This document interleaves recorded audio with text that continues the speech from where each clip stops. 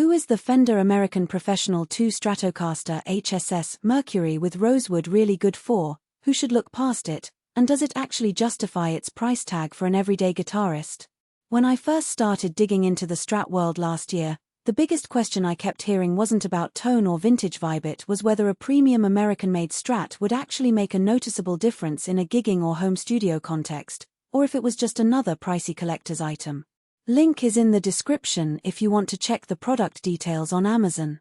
That hesitation is something many of us feel when faced with the sleek Mercury finish, and the HSS pickup layout. Does the added versatility outweigh the cost, especially when there are solid mid-range options out there that claim similar specs? Let's walk through what you'll experience once the box is opened, and why that matters more than a spec sheet ever could. The first thing that catches most players off guard is the feel of the neck. Fender's American Professional II line uses a contemporary deep-C profile that's a little wider than the vintage-style necks you might be used to. In practice, it gives a slightly fuller grip that can feel substantial in both chord-heavy rhythm playing and fast lead runs. For a guitarist who spends half the day working on blues licks and the other half shredding clean arpeggios, that extra thumb space can reduce fatigue. However, if you've built your technique around a slimmer profile, think classic 50s Fender necks, there's a learning curve. I tried a few weeks of chord progressions and noticed my hand had to adjust, which could be a deal breaker for players who prefer an instant, familiar feel. The pickup configuration HSS, meaning a humbucker at the bridge and single coils in the middle and neck, promises a wide tonal palette. In a real-world setting, the bridge humbucker really shines when you crank up the gain for modern rock or metal tones. The raw, tight low end blends well with a distortion pedal, and you can still dial in classic Strat sparkle from the neck single coil when you pull back on the tone knob.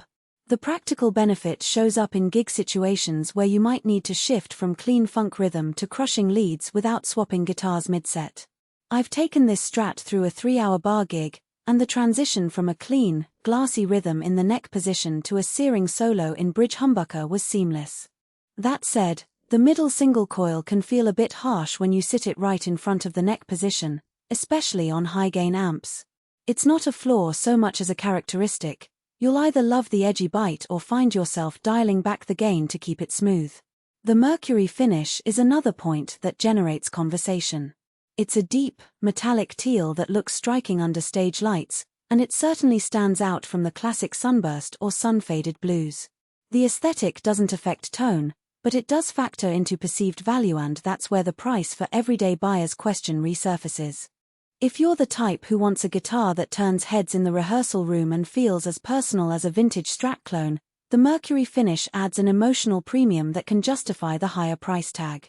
Conversely, if you're buying primarily for sound and plan to leave the guitar in a case most of the time, the finish may feel like an unnecessary luxury. Now, let's talk practical strengths. The American Professional Series introduced a new bridge system that's designed to stay in tune better when you use the tremolo arm heavily. In my testing, even after a full hour of subtle vibrato on a surf-style patch, the guitar held its pitch almost as tightly as any hardtail Strat I've owned.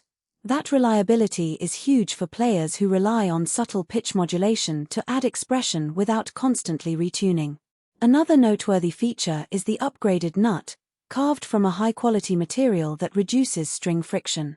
In day-to-day playing, it translates to slightly smoother string bends and less stuttering when pulling up on the high strings. It's a subtle advantage, but for a gigging guitarist the cumulative effect can be a smoother performance. On the flip side, there are a few practical weaknesses to keep in mind. The first is weight. The American Professional II Strat, especially with the Mercury finish and full-size body, sits a bit heavier than a typical Strat. For long set lists or standing practice sessions, you may notice the extra heft after the second hour. It's not a deal-breaker, but it's something to anticipate if you're used to lighter bodies. The second downside concerns the pickup tilt. While Fender offers some adjustment room, the bridge humbucker sits a tad lower than the perfect sweet spot for some players, which can make the low end a touch muddy on certain amp settings. A quick cheat is to raise the pickup a bit, but that requires a small adjustment that not every player is comfortable making themselves, and it adds a minor extra cost if you need professional help. So, who should actually put this guitar in?